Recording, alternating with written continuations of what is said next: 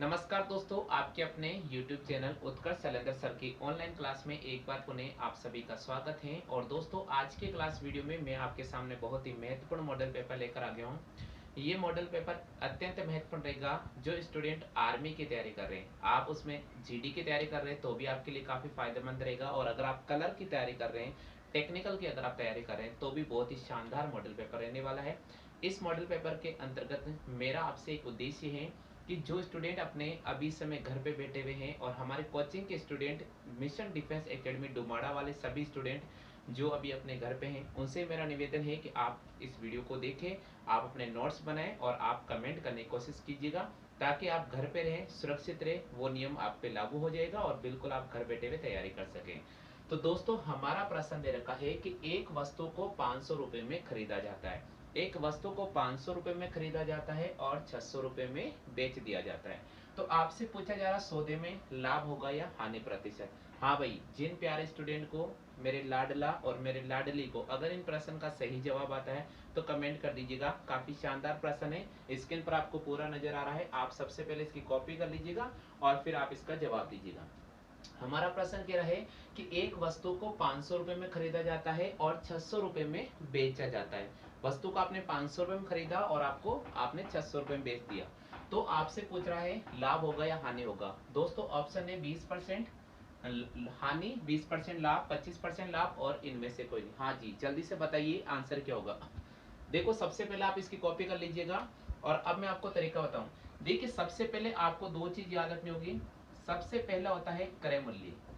सबसे पहला पार्ट होता है क्रय मूल्य। क्रय मूल्य क्या होता है? क्रय मूल्य वो होता है जिस पर हम किसी भी वस्तु को खरीद रहे हैं, जिस मूल्य पर हम किसी वस्तु को खरीद रहे हैं। तो यहाँ क्रय मूल्य का मतलब होता है खरीदना। और दोस्तों, आपको पता होगा खरीदने वाली डिजिट यहाँ पर दे रखी है 500 रुपया। कितना दे रखा है? 500 रुपया। ठीक है, चलिए। हमें दूसरी चीज जो महत्वपूर्ण याद रखनी पड़ेगी, वो याद रखनी पड़ेगी विक्रय मूल्य। और विक्रय मूल्य क्या होता है? विक्रय मूल्य वो होता है जिस पर हम किसी भी आइटम को बेच रहे हैं। ठीक है, तो बेचना विक्रय मूल्य कहलाता है। और यहाँ पर हमने 500 रुपए में किसी भी वस्तु को खरीदा है और 600 रुपए में बेचा है तो विक्रय मूल्य है 600 रुपया। अब दोस्तों, आपको बताना होगा कि लाभ होगा या हानि होगा। देखिए, मैं आपको बताऊं। मान लीजिए कि मेरे पास ये मार्कर है और इसकी कीमत 500 रुपये है, मान लीजिएगा।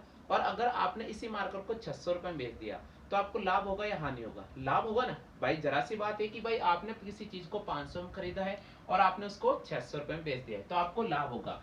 अब लाभ कैसे निकालेंगे वो आप इधर देखो। लाभ निकालने का तरीका आपके पास होगा कि आपको विक्रय मूल्य में से आपको क्रय मूल्य को घटाना होगा। आपको विक्रय मूल्य में से आपको क्रय मूल्य को घटाना होगा। तो विक्रय मूल्य कितना है? हमारे पास 600 रुपए है और क्रय मूल्य कितना है? 500। तो हमारे पास लाभ कितने हो गया? 100 रुपए हो गया। अब देखिए, आपसे पूछा है लाभ प्रतिशत। क्या पूछा आपसे? लाभ प्रतिशत। तो देखिए साथियों, लाभ प्रतिशत कैसे निकालेंगे? लाभ प्रतिशत निकालने का फॉर्मूला होता है कि जो भी आपके पास में लाभ दे रखा है, आप उसे 100 से गुणा कर दीजिएगा। किससे गुणा करना है? 100 से गुणा करना है। और उसके बाद में नीचे यहाँ पर क्रय मूल्य का भाग दिया जाएगा। किसका भाग दिया जाएगा? क्रय मूल्य का। चलिए, लाभ हमारे पास 100 रुपए है और 100 रुपए को आपने 100 से गुणा कर दिया और इसमें 500 का डिवाइड करना है, क्योंकि आपके पास क्रय मूल्य है 500 रुपया। देखिए, दो जीरो से दो जीरो और 5 से काटेंगे, हमारे पास हो जाएगा 20%। तो हमें लाभ कितना हो गया? हमें लाभ 20% हो गया। तो यहाँ पर आपको बी ऑप्शन को राइट करना होगा। सबको आ गया क्या समझ में? आप मुझे बताइए, सभी स्टूडेंट को समझ में आ गया है क्या? एक बार पुनः समझा रहा हूं, इधर देखो। एक वस्तु को 500 रुपए में खरीदा जाता है और उसे 600 रुपए में बेच दिया जाता है। तो आपसे पूछ रहा है कि सौदे में लाभ या हानि परसेंटेज कितना होगा। इस प्रश्न कैसे करेंगे? ए ऑप्शन दे रखा 20% हानि, बी ऑप्शन दे रखा 20% लाभ, सी ऑप्शन दे रखा 25% लाभ, डी ऑप्शन दे रखा इनमें से कोई नहीं। तो प्रश्न का हमारा सही जवाब होगा 20% का लाभ हो जाएगा। क्लियर हो गया? आगे सभी को समझ में? चलो, अब इससे रिलेटेड मैं दो क्वेश्चन और दूंगा। सभी स्टूडेंट करने की कोशिश करें, सभी लोग कमेंट करने की कोशिश करें। जिन मेरे प्यारे स्टूडेंट को ये क्वेश्चन का आंसर समझ में आ जाएगा, बिल्कुल आप कमेंट कीजिए, है ना। इससे संबंधित दो क्वेश्चन और देता हूं, आप इसकी कॉपी कर लीजिएगा।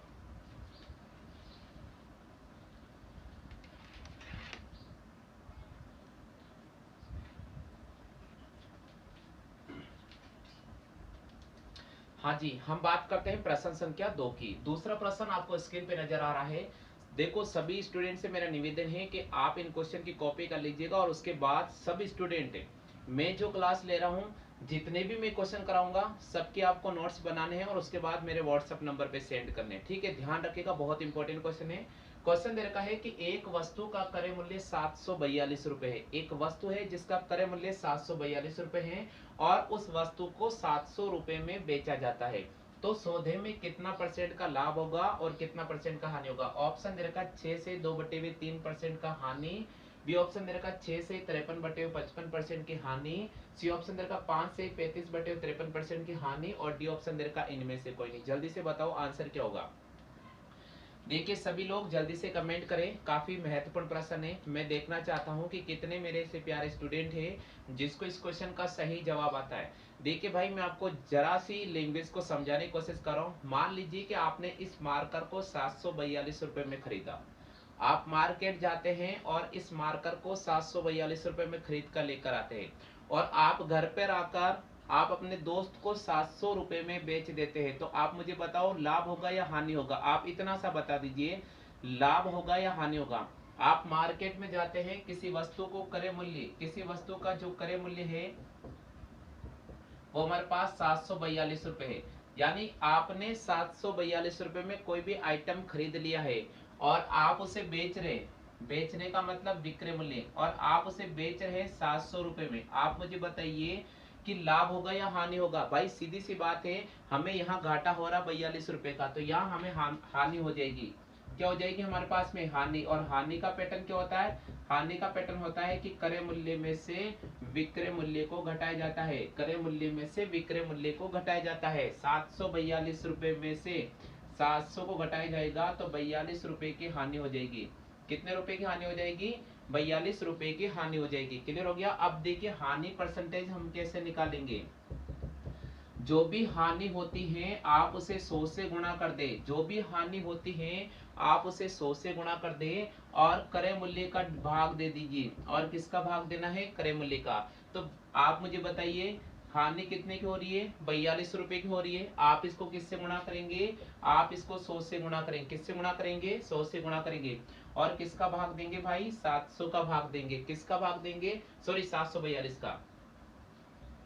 किसका भाग देंगे, 742 का भाग देंगे। देखिए बेटा काटने की कोशिश करते हैं। 7 से काटते 7 6 42, यहाँ काटते 7 एकम 7 0 7 6 42। क्लियर हो गया। और काटने की कोशिश करते 2 से काटते 3 बार और 2 से काटेंगे ये 53 बार। तो हमारे पास आ जाएगा 300/53। कितना आ जाएगा, 300/53। अब देखिए अपन इस प्रश्न को कैसे हल करेंगे। इधर देखो भैया 300/53 आ गया। अब हम क्या करेंगे, 300 में 53 का भाग करेंगे। भाई इधर देखो 300 में 53 का भाग करेंगे। 53 को अगर 5 से गुणा करते हैं, 53 को अगर 5 से गुणा करते हैं, देखिएगा 5 या 15 का 5 हाथ से लगेगा 1 55 25 और 1 हो जाएगा 26, 265। और यहाँ से हमारे पास बचेगा 35। तो इसका आंसर आ जाएगा 5 से 35/53%।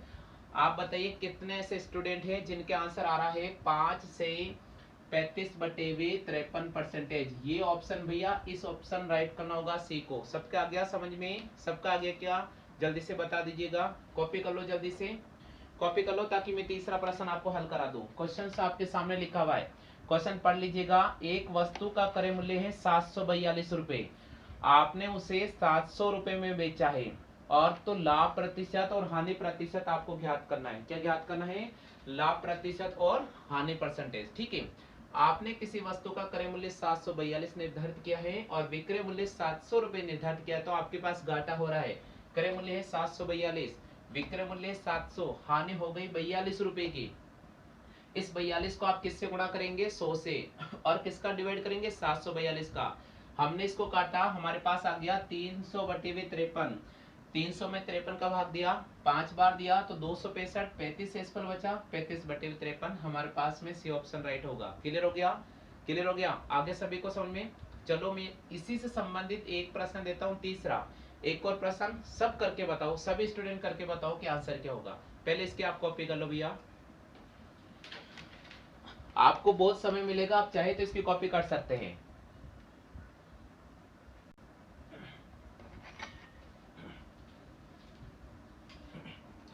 हाँ भैया तीसरा प्रश्न आपको स्क्रीन पे नजर आ रहा है। तीसरा प्रश्न दे रखा है, रमेश ने मोबाइल फोन 600 रुपए में खरीदा और 400 रुपए में बेच दिया, तो आपसे पूछा जा रहा है कितने प्रतिशत की हानि होगी।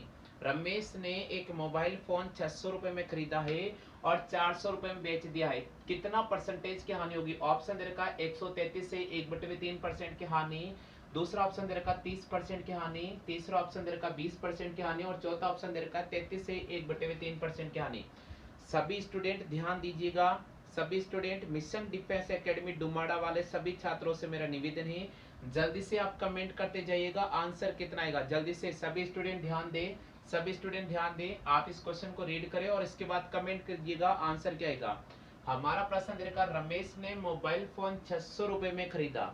रमेश ने मोबाइल फोन 600 रुपए में खरीदा और 400 रुपए में बेच दिया। आप निकालो कितने परसेंटेज की हानि होगी, निकालो सब लोग। देखिए आपको मैं आपको समझाने की कोशिश कर रहा हूँ। आपको क्रय मूल्य दे रखा है किसी वस्तु का 600 रुपए और विक्रय मूल्य है उस मोबाइल का, विक्रय मूल्य है उस मोबाइल का 400 रुपए।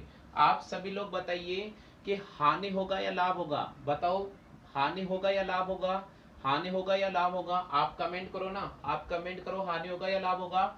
देखिएगा जब आपने मोबाइल को 600 रुपए में खरीदा है और आप इस मोबाइल को 400 रुपए में बेच रहे हो तो हानि होगी भैया, कितनी होगी, हानि होगी। और हानि कितने रुपए की होगी वो कैसे निकालेंगे, वो निकालने का तरीका है कि आप क्रय मूल्य में से विक्रय मूल्य को घटाओ। आप क्रय मूल्य में से विक्रय मूल्य घटाइए। क्रय मूल्य कितना है अपने पास में 600 रुपया और विक्रय मूल्य कितना हमारे पास में 400 रुपया, तो हानि कितने की हो गई, हानि हमारे पास 200 रुपया की हो गई। हानि हमारे पास 200 रुपया की हो गई। कितने रुपया की हो गई, 200 रुपया की। अब हम निकालेंगे हानि प्रतिशत। हानि प्रतिशत निकालने का तरीका है, जो भी हानि हो रही है आप उसे 100 से गुणा कर दो और आप उसमें क्रय मूल्य का भाग दे दीजिएगा। तो हमें कितने रुपया की हानि हो रही है, हमें यहाँ पर 200 रुपया की हानि हो रही है। कितने रुपए की, 200 रुपए की। तो 200 को आप 100 से गुणा कर दो और क्रय मूल्य हमारे पास में 600 रुपया, तो हम 600 को यहाँ लिख रहे। इधर देखो सभी स्टूडेंट, 2 जीरो से मैंने 2 जीरो काटा और 2 से काटा, ये 3 बार कट गया। अब देखिए अपने पास आ गया, अपने पास आ गया 100/3। कितना आ गया, 100/3। इधर देखो 100 के अंदर अपन 3 का भाग करेंगे, 100 के अंदर अपन 3 का भाग करेंगे। यहाँ देखिएगा 3 का भाग दिया, 3 तिया 9, 1 बचेगा, ये 10 आ जाएगा। वापस लगाएंगे 3 तिया 9, अब हमारे पास 1 बचेगा। तो इस 1 को अपन यहाँ लिख सकते हैं और इस 3 को इसके नीचे लिख सकते हैं। तो हमारे पास हानि हो रही है 33 से 1/3%। आपको डी ऑप्शन राइट करना पड़ेगा। कितने से स्टूडेंट है जिनके डी ऑप्शन आ रहा है, जल्दी से बता दो। कितने ऐसे स्टूडेंट है जिनके डी ऑप्शन आ रहा है, 33 से ही 1/3% होगा, यानी डी ऑप्शन होगा। क्लियर हो गया, चलो कॉपी कर लो जल्दी से, जल्दी से सभी स्टूडेंट कॉपी कर लीजिएगा। अगला चौथा प्रश्न मैं आपके सामने लेकर आ रहा हूँ, कॉपी कर लो भैया जल्दी से। प्रश्न को ध्यान पूर्वक आपको पढ़ना होगा और उसके बाद देखना होगा कि इस क्वेश्चन का क्या जवाब होगा। सभी स्टूडेंट ध्यान दें, आप पूरे प्रश्न को एक बार रीड कर लो ताकि मैं अगला प्रश्न आपके सामने लेकर आऊंगा। किसी प्रकार की कोई भी समस्या आपको नहीं आने वाली है। बहुत ही शानदार तरीके से मैं समझाने की कोशिश कर रहा हूँ, एक एक चीज आपका कॉन्सेप्ट क्लियर कर रहा हूँ। हाँ जी, जल्दी से बताइए आंसर क्या होगा। सबने उतार लिया कॉपी। रमेश ने मोबाइल फोन 600 रुपए में खरीदा है। रमेश एक व्यक्ति है और उसने मोबाइल फोन कितने में खरीदा है, उसने मोबाइल फोन 600 रुपए में खरीदा है। कितने में खरीदा है, 600 रुपए में खरीदा है। और कितने में बेच दिया, उसने इस मोबाइल फोन को 400 रुपए में बेच दिया। कितने में बेचा, 400 रुपए में बेचा है। तो आपसे क्या पूछ रहा है, लाभ होगा या हानि होगा। तो हमारे पास में क्या होगा, हमारे पास में यहाँ पर हानि होगा। और हानि कितने की होगी, हमारे पास में हानि हो जाएगी कितने की, हमारे पास हानि हो जाएगी 33 से 1/3% की हानि होगी। क्लियर हो गया, चलो बात करते हैं प्रश्न संख्या 4 की।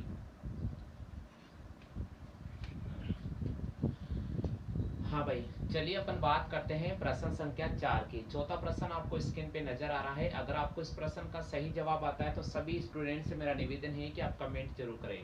हमारा प्रश्न दे रखा है कि 10 किलो चावल 10 रुपए प्रति किलो से, 10 किलो चावल 10 रुपए प्रति किलो से और 15 किलो चावल 12 रुपए प्रति किलो की दर से खरीदा जाए। यानी आप मार्केट में जाते हैं, आप मार्केट में जाते हैं और आपने 10 किलो चावल खरीदे 10 रुपए किलो की दर से, और आपने 15 किलो चावल खरीदे दूसरे 12 रुपए प्रति किलो की दर से। आगे प्रश्न क्या बोल रहा है, कुल चावल को यानी सभी चावल को आपस में मिला देते हैं और 16 रुपए प्रति किलो से बेच देते हैं, तो आपको कितने परसेंट का लाभ होगा, कितने परसेंट का हानि होगा, आपको ज्ञात करना होगा। तो दोस्तों ऑप्शन दे रखा है 40%, दूसरा ऑप्शन दे रखा है 25%, तीसरा ऑप्शन दे रखा है 42 6/7% का लाभ, और चौथा ऑप्शन दे रखा है इनमें से कोई नहीं। देखिएगा भाई कैसे इस प्रश्न को हल करना है। आप यहाँ पर देखो, मैं थोड़ा डायग्राम से आपको समझाने की कोशिश कर रहा हूँ। आपके पास में ये पहली बोरी है, ठीक है, मान लीजिए पहली बोरी है और इसमें 10 किलो आपने चावल खरीदे, 10 किलो आपने चावल खरीदे और किस दर से खरीदे, 10 रुपए प्रति किलो की दर से खरीदे। किस दर से खरीदे, 10 रुपए प्रति किलो। आप मुझे बताइए, आप मार्केट में गए और आपने 10 किलो चावल 10 रुपए प्रति किलो की दर से खरीदे, तो इस चावल का प्राइस आपको कितना चुकाना पड़ा, इस चावल का प्राइस आपको 100 रुपए चुकाना पड़ा। क्लियर हो गया ना। चलिए इसी प्रकार अपन यहाँ पर दूसरा डायग्राम में बना देता हूँ और इस दूसरे डायग्राम को अपन गौर से देखते हैं। इस दूसरे डायग्राम में आपके पास 15 किलो चावल है। कितने चावल है भैया, आपके पास दूसरी बोरी है उसमें आपके पास 15 किलो चावल है। कितने, देखिए दुकानदार ने आपको दो प्रकार के चावल बताए। पहला चावल यानी पहली बोरी 10 किलो की है और 10 रुपए किलो है, दूसरी बोरी है 15 किलो की और उनका भाव है 12 रुपए प्रति किलो। तो आप क्या करोगे, इसको भी आप खरीद रहे हो तो 12 को 15 से गुणा करेंगे तो अपने पास आ जाएगा 180 रुपया। कितना आ जाएगा, 180। तो आपने मार्केट में कितना पैसा खर्च किया, आपने 100 रुपया और 180 मिलाकर 280 रुपए खर्च कर दिया।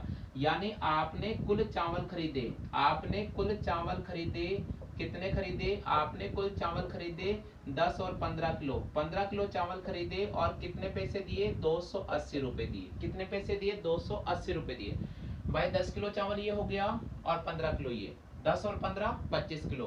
25 किलो चावल कितने में खरीदे, 280 में। आप अपने घर पर आते हैं, आप अपने घर पर आते हैं और सभी चावल को 16 रुपए प्रति किलो की दर से बेच देते हैं। तो अब देखिएगा आपने एक नई बोरी का निर्माण किया है और इस नई बोरी में 25 किलो चावल बन गए, क्योंकि दोनों को मिला दिया 25 किलो और आप इसको 16 रुपए की दर से बेच रहे हैं। तो आप क्या करोगे, 25 किलो को 16 से मल्टीप्लाई करेंगे तो आपके पास बेनिफिट हो जाएगा, यहाँ पर 400 रुपए मिलेंगे। आपने 280 में सामान खरीदे और आपने 400 रुपए में बेच दिया। आप मुझे बताइए लाभ होगा या हानि होगा। भाई सीधी सी बात है कि 280 रुपए में आपको एक प्रोडक्ट खरीद रहे हैं और आप अगर उसको 400 रुपए में बेच रहे हैं तो 120 रुपए का लाभ होगा। यहाँ पर लाभ हो जाएगा हमारे पास में 120 रुपए का। कितने रुपए का हो जाएगा, 120 रुपए का। लाभ को आप किससे गुणा करेंगे, लाभ को आप 100 से गुणा करेंगे परसेंटेज निकालने के लिए और करें मूल्य 280 का भाग करेंगे। देखिएगा 1 0 से 1 0, 4 से काटेंगे 4 × 12 और 4 7 28। 300 में अपन 7 का भाग देंगे, 300 में 7 का भाग देंगे, 7 चौके 28, 2 बचेगा, 2 बचेगा, 7 दूनी 14 और 6/7%। देखिए आपका आंसर होना चाहिए 42 से 6/7%, यानी सी ऑप्शन को राइट करना होगा। हाँ भैया, कितने से स्टूडेंट है जिसके इस क्वेश्चन का सही आंसर आ रहा है, जल्दी से कमेंट करके बताओ। आप कॉपी कर लीजिएगा, एक बार और समझा देता हूं मैं आपको। देखिए क्वेश्चन आपको दे रखा है, आप ध्यान से पढ़ने की कोशिश करें। आपको दे रखा है 10 किलो चावल आपने 10 रुपए प्रति किलो की दर से खरीदे और 15 किलो चावल आपने 12 रुपए प्रति किलो की दर से खरीदे। चावल को आपने 16 रुपए प्रति किलो के भाव से बेच दिया।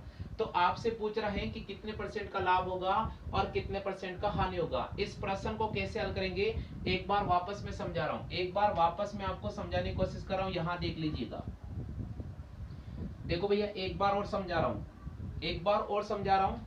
देखिए आपने 10 किलो चावल खरीदे हैं 10 रुपए किलो की दर से, तो आप इसको इससे मल्टीप्लाई करेंगे 100 रुपए के। आपने 15 किलो चावल खरीदे हैं 12 रुपए प्रति किलो की दर से, आप इसको इससे गुणा करेंगे, हमारे पास आ जाएगा 180 रुपए। आप इन दोनों को जोड़ेंगे, हमारे पास आ जाएगा 280 रुपए। आपने मार्केट में चावल पर 280 रुपए खर्च कर दिए। टोटल चावल कितने खरीदे, 10 किलो और 15 किलो 25 किलो। आप इन 25 किलो चावल को 16 रुपए प्रति किलो की दर से बेच रहे हैं, तो 16 को 25 से गुणा करेंगे, आपके पास 400 रुपए आएंगे। 280 रुपए में आप सामान खरीदते हो, 400 रुपए में बेचते हो, तो आपके पास लाभ हो रहा है 120 रुपए का। कितने का हो रहा है, 120 रुपए का। तो लाभ प्रतिशत कैसे निकालेंगे, 120 को आप 100 से गुणा करेंगे और 280 का डिवाइड करेंगे, एक जीरो से एक जीरो, 4 से काटा मैंने, 4 या 12 और 4 सत्ते 28। 300 के अंदर मैंने आपके सामने 7 का भाग दिया, 7 का भाग देंगे, 7 चौके 28, 2 बचेगा 20 हो जाएगा, 7 दूनी 14 और 6 बचेगा, तो इसको लिखेंगे 42 से 6/7%।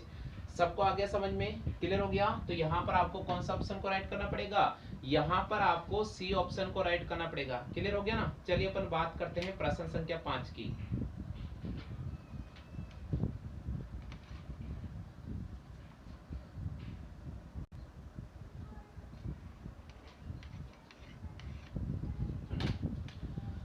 बताओ जरा पांचवें प्रश्न का क्या जवाब होगा, जल्दी से बता दीजिएगा। प्रश्न लिखा हुआ है कि एक कुर्सी को 180 रुपए में खरीदा जाता है और उसे 216 रुपए में बेच दिया जाता है। आप मार्केट में जाते हैं और आप एक कुर्सी को 180 रुपए में खरीदते हैं और आप उसे 216 रुपए में बेच देते हैं। तो आपसे पूछ रहा है कितने परसेंटेज का लाभ हुआ, 20% का लाभ, 20% की हानि, 24% का लाभ, या इनमें से कोई नहीं। जल्दी से बताओ, देखिए आंसर क्या होगा। प्रश्न दे रखा है एक कुर्सी को 180 रुपए में खरीदा जाता है और 216 रुपए में बेच दिया जाता है। तो आपसे पूछ रहे हैं कितने परसेंट का लाभ हुआ, 20% का लाभ, 20% की हानि, 24% का लाभ, या इनमें से कोई नहीं। जल्दी से बताओ भैया आंसर क्या होगा। चलिए देखिए अपन कैसे हल करेंगे। आपके पास खरीदने का मूल्य है क्रय मूल्य, आपके पास खरीदने का मूल्य है क्रय मूल्य 180 रुपया, कितना है 180 रुपया। आपके पास बेचने का मूल्य है विक्रय मूल्य, आपके पास बेचने का मूल्य है विक्रय मूल्य, कितना रुपया है 216 रुपये है। आप मार्केट में जाते हैं और एक कुर्सी को, आप मार्केट में जाते हैं और एक कुर्सी को 180 रुपए में खरीदते हैं और आपने उसी कुर्सी को 216 रुपए में बेच दिया है। तो आपको लाभ कितने का हुआ, आपको लाभ रुपए में कितने का हुआ, तो 216 में से 180 घटा देंगे, हमारे पास आ जाएगा 36 रुपया, यानी लाभ हो रहा है 36 रुपए का। अब देखिए लाभ प्रतिशत कैसे निकालेंगे, लाभ प्रतिशत निकालने का तरीका 36 रुपया को आप 100 से गुणा करो, जो भी लाभ हो रहा है उसको आप 100 से गुणा कर दो और कितने में खरीदा उसका डिवाइड कर दो, तो क्रय मूल्य 180। हमने 0 से 0 काटा, 18 से काटा, 2 बार, हमारे पास हो जाएगा 20%। तो कुर्सी पर उस व्यक्ति को कितना लाभ हो रहा है, 20% का लाभ हो रहा है। हाँ जी, सब स्टूडेंट का आगे क्या, आप मुझे बताइए कितने ऐसे स्टूडेंट हैं जो आज की क्लास पढ़ने के बाद सबको समझ में आ गया है, जल्दी से बता दो। बताओ देखिए जल्दी से कौन कौन से स्टूडेंट हैं जिनको सबको समझ में आ गया है, कमेंट करके मुझे बता दीजिएगा। बहुत इंपॉर्टेंट क्वेश्चन है, बहुत ही इंपॉर्टेंट ये क्वेश्चन है, ठीक है। आगे समझ में, चलो आप इसकी कॉपी कर लीजिएगा, अगला प्रश्न मैं आपको हल करवा रहा हूँ।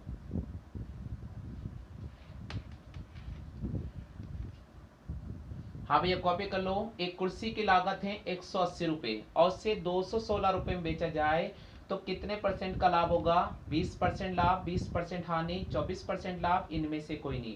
तो हमारे पास सही जवाब होगा 20% का लाभ। क्लियर हो गया। का औसत कितना होगा, प्रथम 5 अभाज्य संख्याओं का औसत कितना होगा। प्रथम 5 अभाज्य संख्याओं का औसत कितना होगा। फिलहाल इस प्रश्न का हमें जवाब कमेंट करना होगा कि प्रथम 5 अभाज्य संख्याओं का औसत कितना होगा। तो दोस्तों अगर इनका आंसर आ रहा है तो कमेंट कर दीजिएगा। फिलहाल जिनको आंसर नहीं आता है बिल्कुल यार सुनने की कोशिश कीजिएगा। दोस्तों यहाँ हमारा दे रखा है कि प्रथम 5 अभाज्य संख्या, सबसे पहले बात हो चुकी है अभाज्य संख्या की। तो अभाज्य संख्या क्या होती है इसके बारे में आपको समझा देता हूँ। दोस्तों अभाज्य संख्या वे होती है जिसमें केवल और केवल उसी संख्या का भाग जाता है। अभाज्य संख्या वे होती है जिसमें केवल और केवल उसी संख्या का भाग जाता है, उसे हम अभाज्य संख्या कहते हैं।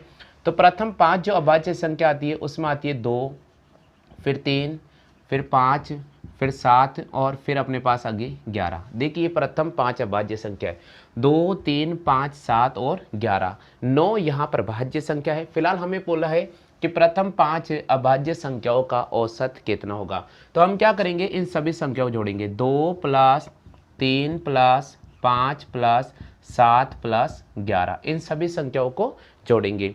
तो हमने यहाँ पर जोड़ा 2 और 3 हो गया 5, 5 और 5 हो गया 10, 10 और 7 हो गया 17, 17 में अगर अपन 11 जोड़ेंगे तो हमारे पास आता है 28। कितना आता है 28। हमें बोला है प्रथम 5 अभाज्य संख्याओं का औसत कितना होगा, तो हम इसमें 5 का डिवाइड करेंगे तो हमारे पास हो जाएगा 5 5 25, ठीक है, 5 25। आगे समझ में, 5 25। उसके बाद हमारे पास बचेगा 3, कितना बचेगा 3, तो 5 6 30। तो फिलहाल हमें पूछा गया है कि प्रथम 5 अभाज्यों का औसत कितना है, तो प्रथम 5 अभाज्य संख्याओं का औसत होगा 5.6। कर लिया सबने कॉपी। चलिए बात कर लेते हैं प्रश्न संख्या 2 की। प्रश्न संख्या 2 है कि प्रथम 10 अभाज्य संख्या, प्रथम 10 अभाज्य संख्या का औसत कितना होगा। प्रथम 10 अभाज्य संख्या का औसत कितना होगा। फिलहाल हमारा प्रश्न है कि प्रथम 10 अभाज्य संख्या का औसत कितना होगा। दोस्तों यहाँ पर देखिएगा प्रथम 5 अभाज्य संख्या का औसत मैंने निकाला। इसी प्रकार प्रथम 10 अभाज्य संख्या की बात कर लेते हैं। तो उसमें आती है 2, फिर आएगा 3, फिर आएगा 5, फिर आएगा 7, फिर आएगा 11, फिर आएगा 13, फिर आएगा 17, फिर आएगा 19। हो गए क्लियर। देख काउंट करते 1 2 3 4 5 6 7 8, फिर हमारे पास आ जाएगा 23 और फिर आ जाएगा 29। ये हो गई। देखिए काउंट करते 1 2 3 4 5 6 7 8 9 10। हमें पूछा है प्रथम 10 अभाज्य संख्याओं का औसत कितना होगा। हमारा दूसरा प्रश्न है प्रथम 10 अभाज्य संख्याओं का औसत कितना होगा। तो हम जोड़ेंगे, देखिए 2 और 3 5, 5 और 5 10, 10 और 7 17, 17 में अगर अपन 11 जोड़ेंगे हमारे पास हो जाएगा 28। कितना हो जाएगा 28। 28 के अंदर अगर 10 जोड़ते हैं तो 38, फिलहाल अपन को 3 भी जोड़ना पड़ेगा तो हमारे पास हो जाएगा 41। कितना हो जाएगा 41। 41 में अगर अपन 17 जोड़ेंगे तो 41 में अगर अपन 17 जोड़ेंगे तो हमारे पास हो जाएगा 58। कितना हो जाएगा 58। 58 में 10 जोड़ेंगे हमारे पास हो जाएगा 68। कितना हो जाएगा 68। 68 में फिर 58 के अंदर अपन 2 जोड़ेंगे तो 69 70 और यहाँ तक हो जाएगा 77। कितना हो जाएगा 77। 77 में 3 जोड़ेंगे 80 और 2 जोड़ने पर हमारे पास आ गया 100। यहाँ पर आ गया 129। कितना आ गया इनका सम 129। हो गया क्लियर। आप ऐसे जोड़ लीजिएगा। तो आपसे पूछा प्रथम 10 अभाज्य संख्याओं का औसत कितना होगा, तो हमें क्या करना होगा, सभी संख्याओं को जोड़ना होगा, उतना ही अपन को डिवाइड करना होगा। तो हम 10 का डिवाइड करेंगे हमारे पास आ जाएगा 12.9। आ गया सभी को समझ में, हो गया क्लियर। जल्दी से कॉपी कर लीजिएगा। अगला प्रश्न में लेकर काफ़ी इंपॉर्टेंट है। पहले मैंने बेसिक पैटर्न बताए थे और अब मैं आपको हमारी जो सीट के जो क्वेश्चन है वो आपको प्रॉब्लम हल करा रहा हूँ। प्रथम 10 अभाज्य संख्याओं का औसत होगा 12.9। आगे समझ में, कर लीजिए कॉपी। होगा तीसरा प्रश्न है कि प्रथम 15 अभाज्य संख्या, प्रथम 15 अभाज्य संख्या का औसत कितना होगा। औसत कितना होगा, बिल्कुल। तीसरा प्रश्न है प्रथम 15 अभाज्य संख्या का औसत कितना होगा। और इसी प्रकार अगर अपन बात करते हैं चौथे प्रश्न की, तो वो दे रखा है कि प्रथम 20 अभाज्य संख्या, अभाज्य संख्या का औसत कितना होगा, का औसत कितना होगा। तीसरा प्रश्न है, तीसरा है कि प्रथम 15 अभाज्य संख्याओं का औसत कितना होगा। और अगर अपन बात करते हैं चौथे प्रश्न की, चौथा है प्रथम 20 अभाज्य संख्या का औसत कितना होगा। सबसे पहले आपको प्रथम 15 अभाज्य संख्याओं का औसत ज्ञात करना होगा और उसके बाद प्रथम 20 अभाज्य संख्या औसत ज्ञात करने का तरीका मैंने आपको भी क्लियर करके बताया है। आप जरूर कमेंट कीजिएगा। जो अगर आपको आंसर आ रहा है कमेंट करने की कोशिश कीजिएगा, बहुत इंपॉर्टेंट है। आप इन प्रश्नों को कमेंट कीजिएगा। देखिएगा पहले 2 प्रश्न मैंने आपको समझा दिए, आप जरूर कमेंट करें और इसके बाद मैं आपको हल लेकर आ रहा हूं, लेकिन आप कमेंट करना नहीं भूलिएगा। हमारा प्रश्न दे रखा है प्रथम 15 अभाज्य संख्याओं का औसत कितना होगा और चौथा प्रश्न है प्रथम 20 अभाज्य संख्याओं का औसत कितना होगा। चलिए बात कर लेते हैं अपन तीसरे प्रश्न के। देखते प्रथम 15 अभाज्य संख्याओं का औसत कितना होगा। देखिए कैसे ज्ञात करेंगे। दोस्तों मैंने लिखा 2, उसके बाद 3, उसके बाद 5, उसके बाद 7, फिर अपने पास आएगा 11, फिर हमारे पास आएगा 13, फिर 17, फिर 19, फिर आ जाएगा 23 और उसके बाद आ जाएगा 29। हो गया क्लियर। उसके बाद अगर अपन आगे बढ़ेंगे तो यहाँ पर आ जाएगा अपने पास 31, 31 से थोड़ा आगे बढ़ते हैं हमारे पास आता है 37। देखिए 32 डिविजिबल है, 33 डिविजिबल है, ध्यान रखिएगा 34 डिविजिबल है, 35 डिविजिबल है, 36 डिविजिबल है, लेकिन 37 में किसी का भाग नहीं जाता है।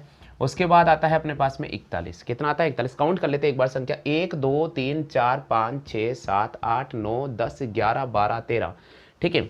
उसके बाद आएगा अपने पास में 43 और उसके बाद आएगा हमारे पास में 47। ठीक है। तो काउंट करते वापस 1 2 3 4 5 6 7 8 9 10 11 12 13 14 15 हो गए क्लियर। चलिए बात करते हैं प्रश्न संख्या 3 की। प्रथम 15 अभाज्य संख्याओं का योग कितना होगा। हमें सब प्रथम 15 अभाज्य संख्याओं का औसत कितना होगा।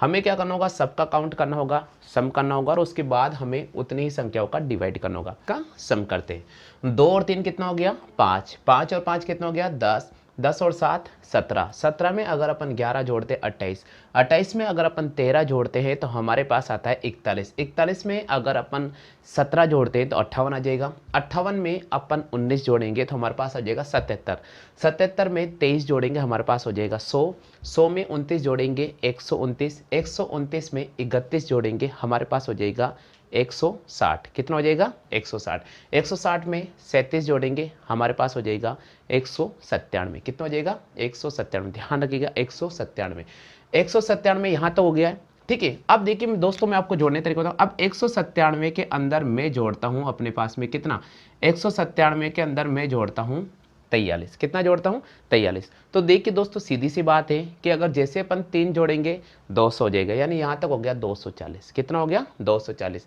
ये हो गया 280 यानी 281, 281 में अपन जोड़ेंगे 43, कितने 47, कितना जोड़ेंगे तो 281 में हम जोड़ते हैं 47 तो हमारे पास हो जाएगा 8 2 328, यानी इनका सम आ गया मेरे पास में 328। इसमें किसका डिवाइड करेंगे, हमें 15 संख्या पूछी है तो हम इसमें 15 का डिवाइड करेंगे। किसका डिवाइड करेंगे 15 का। देखिएगा 15 दूनी 30, हमारे पास 2 बचेगा, कितना बचेगा 2, ये 8 हो जाएगा, 15 एकम 15, ठीक है 15 एकम 15, 8 में से 5 गया 3 और 2 में से 1 गया 1 बचेगा, पॉइंट लग जाएगा, ये हो जाएगा 130, 15 अट्ठे 120, तो लगभग जो इसका औसत आएगा वो आ जाएगा अपने पास में 21.8, कितना औसत आ जाएगा 21.8, आ गया समझ में। इसी प्रकार अपन बात करेंगे प्रथम 20 अभाज्य संख्याओं का औसत कितना होगा, इसके बारे में आपको कमेंट करना होगा। दोस्तों अगर आपको इस प्रश्न का जवाब आता है तो बिल्कुल आप आंसर दीजिएगा। इसी प्रकार आपको संख्या जोड़नी होगी, बस उसमें अगली आपको 5 अभाज्य संख्या और लेनी होगी, वो भी मैं आपको करके बता रहा हूँ। सबसे पहले आप इसकी कॉपी कर लीजिएगा। यहाँ तक तो सभी को समझ में आ गया होगा। अब अपन बात कर लेते हैं कि प्रथम 20 अभाज्य संख्याओं का औसत कितना होगा। तो इस प्रश्न को थोड़ा और आगे बढ़ा देता हूं मैं, तो थोड़ा आगे बढ़ाते हैं, चलिए ठीक है। यहां तक तो सेम चलेगा, यहां तक तो सेम चलेगा, यानी ये तो यहां तक तो सेम चलेगा। उसके आगे अपन को अभाज्य संख्या जोड़नी है तो अपन लिखेंगे 53, फिर अपन लिखेंगे 59, फिर लिखेंगे 61 और फिर आ जाएगा 67 और फिर आ जाएगा 71।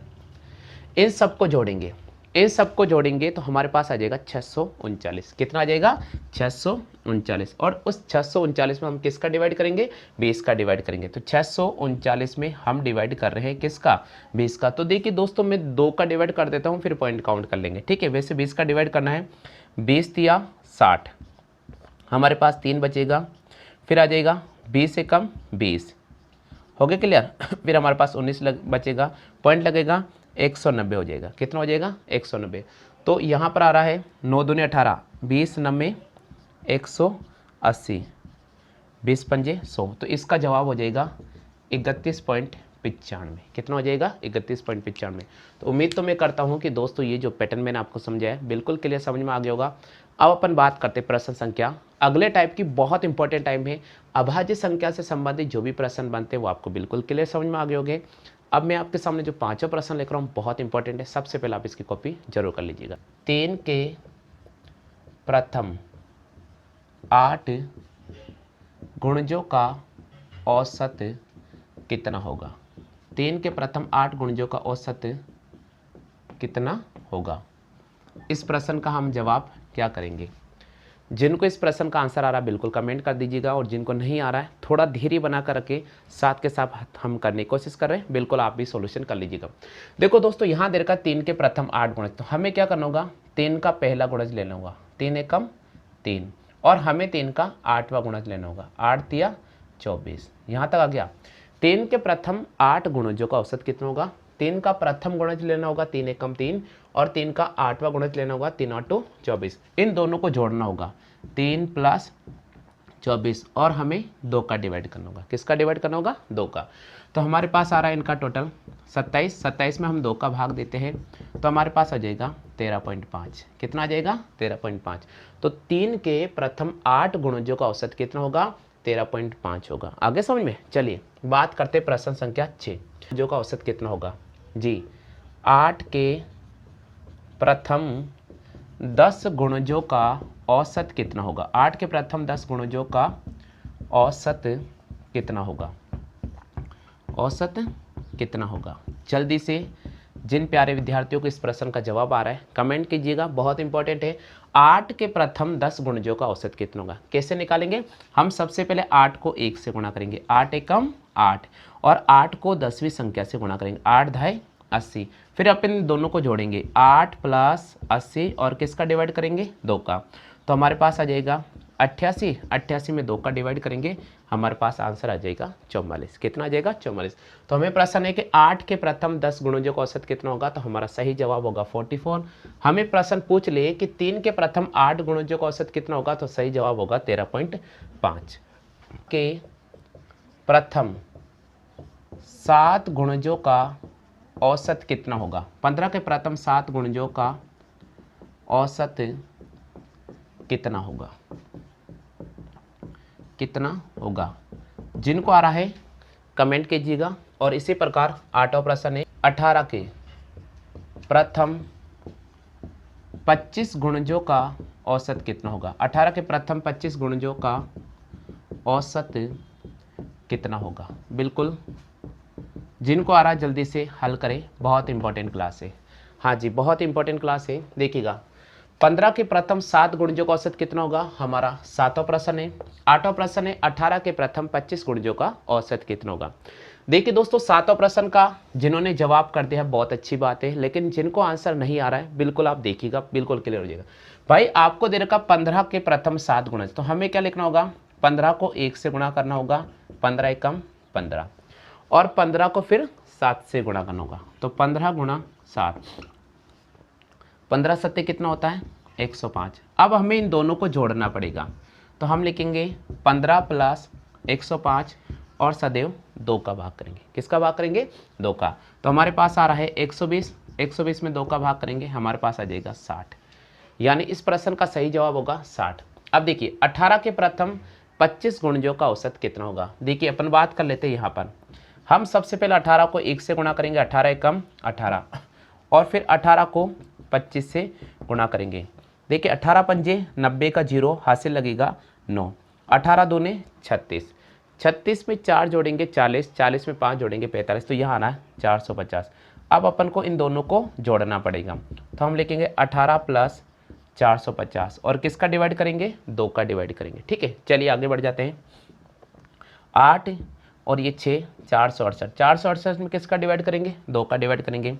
तो देखिएगा 2 दूनी 4, 2 तिया 6, 2 चौके 8। तो हमारा प्रश्न था कि 18 के प्रथम 25 गुणजों का औसत कितना होगा? तो सही जवाब होगा 234। क्लियर हो गया। और प्रश्न था 15 के प्रथम 7 गुणजों का औसत कितना होगा? तो इस प्रश्न का सही जवाब होगा 60। मैं उम्मीद तो करता हूँ कि ये जो पैटर्न मैं आपको समझा रहा हूँ बिल्कुल अच्छी तरह से समझ में आ रहे होंगे, और साथ के साथ आप नोट्स जरूर बना रहे होंगे। क्लियर हो गया। यहाँ तक कॉपी कर लीजिएगा।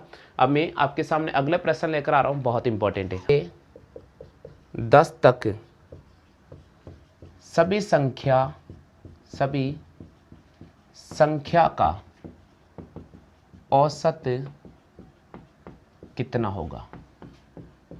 हाँ जी, बहुत इंपॉर्टेंट प्रश्न है। 1 से 10 तक सभी संख्याओं का औसत कितना होगा? दोस्तों बहुत इंपॉर्टेंट है। अगर ये प्रश्न का लैंग्वेज अगर आपको एग्जाम में मिलता है कि 1 से 10 तक सभी संख्याओं का औसत कितना होगा, या फिर प्रश्न बोलता है प्रथम 10 प्राकृत संख्याओं का औसत कितना होगा। देखिए लैंग्वेज एक ही है, 1 से 10 तक बोलो या प्रथम 10 प्राकृत संख्या बोलो। प्रथम 10 प्राकृत संख्या का औसत कितना होगा, है ना भाई। एक ही लैंग्वेज है, आप थोड़ा ध्यान रखिएगा। प्रथम 10 प्राकृत संख्या बोले या 1 से 10 तक की संख्या बोले, आपको जो पैटर्न याद रखना है वो क्या याद रखना है, इसका तरीका आपको मैं बता रहा हूँ। आपको पहली संख्या लेना है और अंतिम संख्या लेना, दोनों को जोड़ना और 2 का डिवाइड करना, बस इतना सा पैटर्न याद रखना है। यानी 11 में 2 का डिवाइड किया, हमारे पास आ गया 5.5। ये इसका जवाब हो गया। यानी 1 से 10 तक सभी प्राकृत संख्याओं का औसत कितना होगा? तो 1 से 10 तक सभी प्राकृत संख्याओं का औसत होगा 5.5। आगे सभी को समझ में? अगला प्रश्न था कि प्रथम 10 प्राकृत संख्याओं का औसत कितना होगा? ये पैटर्न पूछे तो भी हमारा जवाब होगा 5.5। हो गया क्लियर? चलिए अगला प्रश्न 10वां दे रखा है 1 से 20 तक। 10वां प्रश्न है 1 से 20 तक, 1 से 20 तक सभी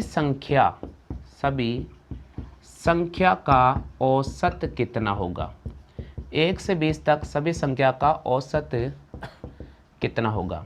देखिए भाई इस प्रश्न का क्या जवाब होगा। जिनको आ रहा है जल्दी से कमेंट कीजिएगा, और जिनको नहीं आ रहा बिल्कुल आप समझने की कोशिश कीजिएगा। मैं आपको हर चीज़ क्लियर समझाने की कोशिश कर रहा हूँ। हमारा प्रश्न दे रखा है 1 से 20 तक सभी संख्याओं का औसत कितना होगा। बिल्कुल वही पैटर्न यूज़ करना है। यहाँ से पहली संख्या लेना है 1 और यहाँ से अंतिम संख्या लेना है 20। दोनों को जोड़ना है और 2 का डिवाइड करना है। तो फिलहाल आ जाएगा 21, 21 में 2 का डिवाइड करेंगे हमारे पास आ जाएगा 10.5। कितना आ जाएगा? 10.5। तो आपसे पूछ ले कि 1 से 20 तक सभी संख्याओं का औसत कितना होगा, तो हम इसको राइट करेंगे 10.5 को। सबको आ गया समझ में? आ गया? चलो कॉपी कर लीजिएगा। अब